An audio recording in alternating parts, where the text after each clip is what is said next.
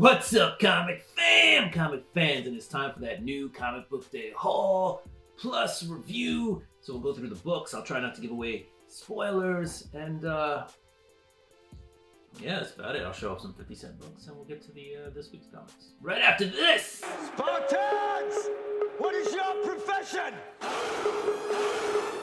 Welcome back. All right, let's get into it. Let's read some books. Let's go. All right, first off, we have 50 Center. This is Death, the High Cost of Living. This is issue 1 of 3. This was a 50 Center. This is the first solo appearance of Death of the Endless. Yeah. So, Neil Gaiman book. So yeah, I got that for 50 cents. It's probably like a $5-10 book. It does have some spine ticks. Maybe half of them are non-color breaking. Whatever. It was 50 cents. Who cares? Alright, next up. This one has a color breaking tick. But this is Nightwing, number 118. Year 1. Later. Year later one? One later year? 1 year later. 1 year later. Alright, there we go. Yeah, it's cool. This is the first appearance of Jason Todd as Nightwing. So, you know, Jason Todd is a little bit more, I don't know, a little bit more deadly. It's got some blood on his thing there. Alright, here are some, I guess we'll call them sexy books. We got Phantom Swimsuit Special from 1999, Michael Turner. This is about a $10 book, honestly. This book is like so mint. It's a little scared, pages were a little sticky, but it was like new, like it had never been opened up when I went to leaf through it. But yeah, it's a cool book. It's Michael Turner's in there, J. Scott Campbell did some stuff, Silvestri's in there, David Finch did some artwork in there, a lot of different artists in there, so it's really cool. And in that same section where I found that, I found, ooh, this is the 2000. And I guess around this time, Michael Turner was getting a little sick. But you got some good guys in here too. Ron Garney, Gary Frank, Mark Silvestri, all did art to that book. And there's a lot of different characters in there too. Danger Girl's in there, Phantom obviously is in there, Witchblade. A lot of the Top Cow properties at the time are in there, and it's not just females, they also do the male characters, so yeah, it was ahead of its time for swimsuit issues. Alright, where are we at? Now we have Ultimate Marvel Team Up number 5, and this is the first appearance of Nick Fury in the Ultimate Universe. So, I mean, there may be some differences between this and later appearances of Nick Fury, but this is the first appearance of Nick Fury in the Ultimate Universe. Probably like a $10 book. I saw somebody selling a 9.8 of this for like $1,000, and I was like, what? I saw some 9.6s for sub $100. So. But that's a very minty book as well. Little press, and that could be 9.6, 9.8 very nicely. It's a cardstock cover too. But no, there's no stress, no breaks, nothing like that. So it's a very, very cool book. All right. That was my 50-cent haul. Now, let's get into some new books.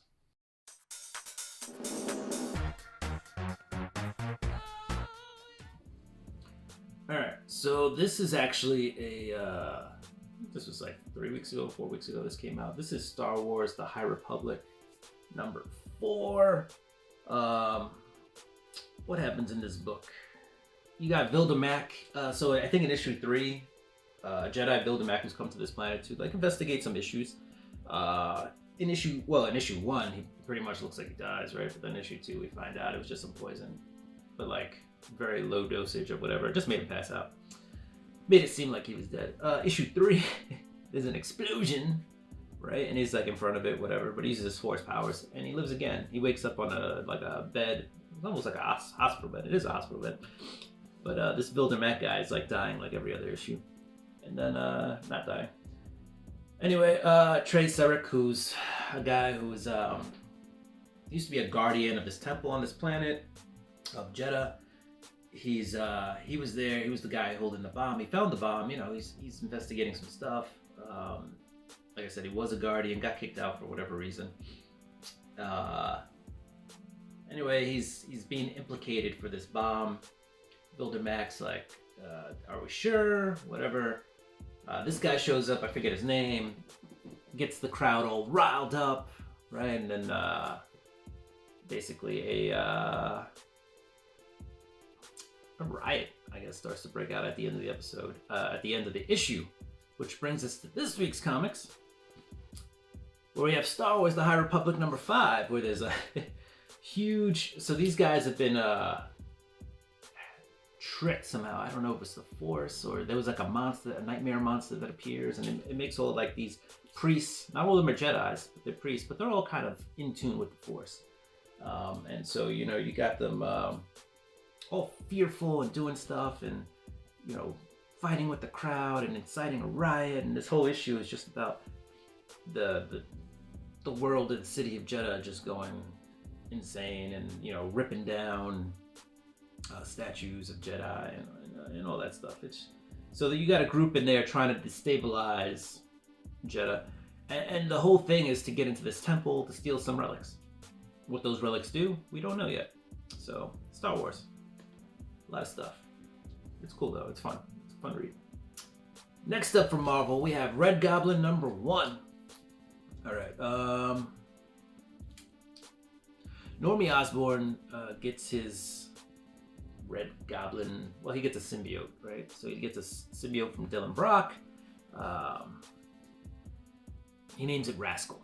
All right. He says he's got like the not the intelligence, but like the demeanor of a 2-year-old, right? So he can throw tantrums, and tantrums with worse of them. So there's a scene here where there's a goblin gang robbing some stuff, and Normie's like, we're gonna stop it, whatever. And he turns into the Red Goblin. Now it turns out that they're not so much symbiotic, right, as that Rascal can just flat out take control and go like full goblin rage. And some people end up dying or whatever. And then the goblin likes chocolate. We found out symbiotes like, I think we knew that symbiotes like chocolate, but basically after he's done fighting these guys, he robs a candy store or a bodega for the chocolate, and then they wake up and the cops are there, but Rascal's no longer in control. It's Normie just lying on some chocolate or whatever, and the cops take him away, blah blah blah. Anyway, he's an Osborn, he gets out of it. But I guess what I'm getting at is the relationship between Rascal and Normie seems cool in this book, so it's fun. So I will definitely read issue 2. All right, let's keep the ball rolling. We're at Ghost Rider #11. This was a pure cover buy. I've bought some issues of Ghost Rider, but I haven't really been on the series the whole time. Been in and out. There was the character, I think, Exhaust, who Johnny Blaze was fighting. And I picked this up because you have the Danny Ketch Ghost Rider, right? That's my Ghost Rider. That's the Ghost Rider that I know. I know some of you got Robbie Reyes, and then some of you have Johnny Blaze. And then you can go even further back, but we're not going there. Good issue. It's a transition issue, okay? Like the last issue ended, or the last series ended, or arc ended with, was it Darkheart? Right? I think that's the guy. And anyway, he had this whole plan to kind of control Johnny Blaze, etc., etc. Johnny Blaze was kind of working with the FBI with Talia Warroad, and they were, doing stuff, defeating demons. But anyway, they get pretty much kicked out. And now they're just going around the towns, looking at the news, trying to figure out where there's demons and kicking butt. And that's pretty much going to be the premise for the next arc. They get to a town, the town's on fire. They're like, what, bro? We don't have an appearance of Johnny Blaze, but there are a few visions in the issue where we see a flaming skull. Looks like Ghost Rider. So the next issue, I believe, will have Danny Ketch, Ghost Rider, showing up.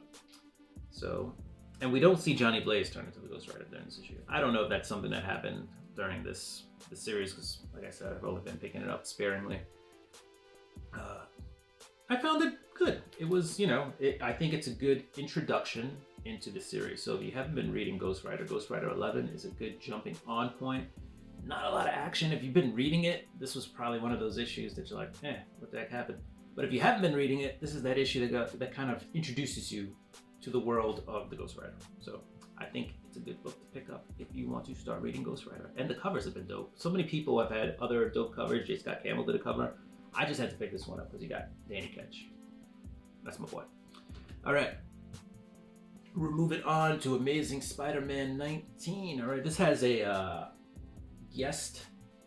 Like Zeb Wells is taking off for... Well, he's starting to write the next arc. So we have guest creators on this, right? So you got Joe Kelly, Terry Dotson, and Rachel Dotson doing this one. And basically what happens is Black Cat's like, hey, Spidey, Felicia is like, Peter, let's get out of town.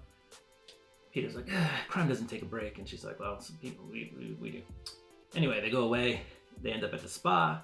Just turns out MJ and her husband are there. And Peter's like, I'm not, stalking you, whatever, which he wasn't. And there's an embarrassing point where Peter ends up at his boxers. And she's like, yeah, I believe you. Overall, it's a fun issue. It's fun. White Rabbit's in the issue, and I'll just give away some stuff, all right? Little spoiler here. White Rabbit has acquired some Sinister Six tech. They've turned it theoretically non-lethal, and are using it to kind of promote this like paintball experience, but where you kind of run away from the Sinister Six, or fight the Sinister Six, or maybe you are the Sinister Six and you fight each other. I don't know. But anyway, it's an experience where you get to see a non-lethal version of the Sinister Six in like a paintball type of atmosphere. Anyway, they're doing like a whole like conference-y selling of this new experience, and Spider-Man and Felicia respond thinking it is the Sinister Six. It's not, and then it turns out to be a party. They're eating caviar, blah blah blah, and then somebody ends up dead. Amazing Spider-Man number 19. I think it's going to go to at least issue 20, but with that said, we had the Disney 100 What If cover of that Fantastic Four number 1. That reimagining with Disney characters, so that's cool. All right, moving on. Black Panther number 14. All right, we're going to try to keep this cool and quick. Namor agrees to help Wakanda and Black Panther under like one caveat, that the Black Panther is exiled from Wakanda. All right, so there you go. Yeah, that's pretty mean. But yeah, basically they're like, what's the catch? And there is no catch. It's just you are exiled from Wakanda. And Folasad, who's the Prime Minister, totally agrees to it. All right, last from Marvel, really good book, Daredevil number 8. Just read it. He's fighting the Punisher, hand versus the fist. It's a good issue. Basically, Daredevil and Elektra, or the other Daredevil, bring their team to fight the Punisher and his crew, and it looks to Punisher like, they're retreating or whatever, but they basically, and Elektra gets stabbed a few times in the process, but they got what they came for, and so, lose a battle, win the war type of deal. But it is really good, and you get really cool battle scene looking things. All right, we're on to DC. We have Lazarus Planet, Next Evolution. This was a good book.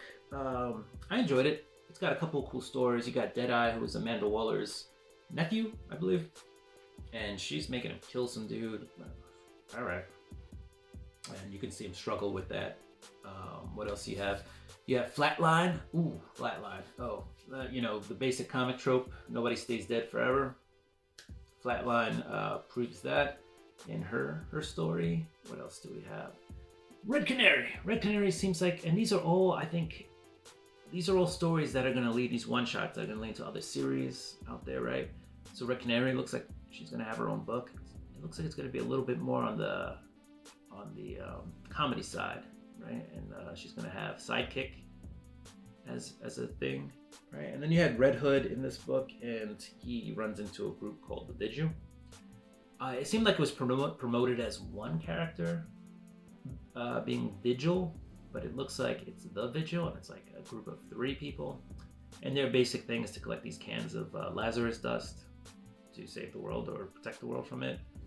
Honestly, I mean, because it does things, it mutates people, it gives people powers, mutates powers, etc. But the Earth is covered in it, so I have to read a little bit more to see if I understand what the deal is with this team of individuals. But yeah, their whole thing is to collect these canisters and kind of protect the world from the Lazarus dust. But it was fun book, fun read, fun characters, if you will. All right, and you got that new team Vigil coming out of there, so that's cool. All right, last but not least, so we had no indie books this week. Why did I have no indie books this week? I think my one indie book this week was damaged, so it's getting reordered, so I'll get it next time. Oh, and it was Spawn. David Mack cover, though. It's a pretty nice David Mack cover, but fortunately it was damaged, so no indies this week. All right, Batman and Joker Deadly Duo. This is book 4. So Batman and the Joker are on a train. They have to get the weight of the train down. There's stipulations. You can't disable cars. That was pretty much the main stipulation, was no disabling the cars. And you gotta get the train down to a certain weight, or this train is just gonna plow through Gotham Station. So Batman comes up with a plan, right? We're gonna start throwing stuff off the train. Joker's like, hey, let's just throw some people off the train too. That'll get the weight down, sacrifice a few to save the many. Batman obviously does not agree to that, so they start, ripping off the train. At some point, Joker says something that gets the Batman to think, oh, we can just start burning cars, right? There was nothing about, you couldn't separate the cars, but it doesn't mean you can't destroy the cars, right? So they start destroying cars and burning stuff, and Batman's like, all right, everybody, come on, let's keep ripping stuff off. And then there's a horrific scream from the back of the train, and everybody just turns and looks at the Joker, and he's like, what? And they're like, he threw people off the train. And Joker's about to whoop his ass, but it turns out that they ended up, within weight. I think they used pounds or kilos. I'm not sure which one. I think it was pounds, like 40 pounds they were below. And I think Joker threw off like 2 or 3 people, and he chose to throw bigger people off the train too. So, but yeah, Joker pretty much saves the day by killing a few passengers on a train. We also get insight into who the person who kidnapped Jim Gordon and Harley Quinn is, and then at the end of the book, there's a box that gets opened by Harvey, and there's been like a body part that's been unboxed or sent or in a package every basic issue. So there's another body part at the end of this issue. Art is excellent. The story is intriguing.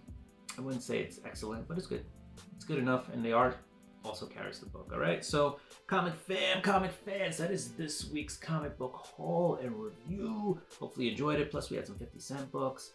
If you like the content, don't forget to subscribe, hit that notification bell. Go ahead and throw me a thumbs up. Comment down below.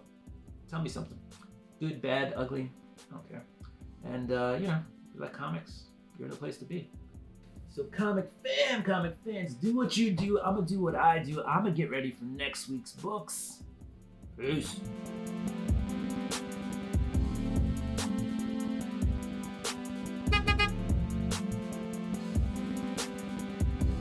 So comic fans, do what you do.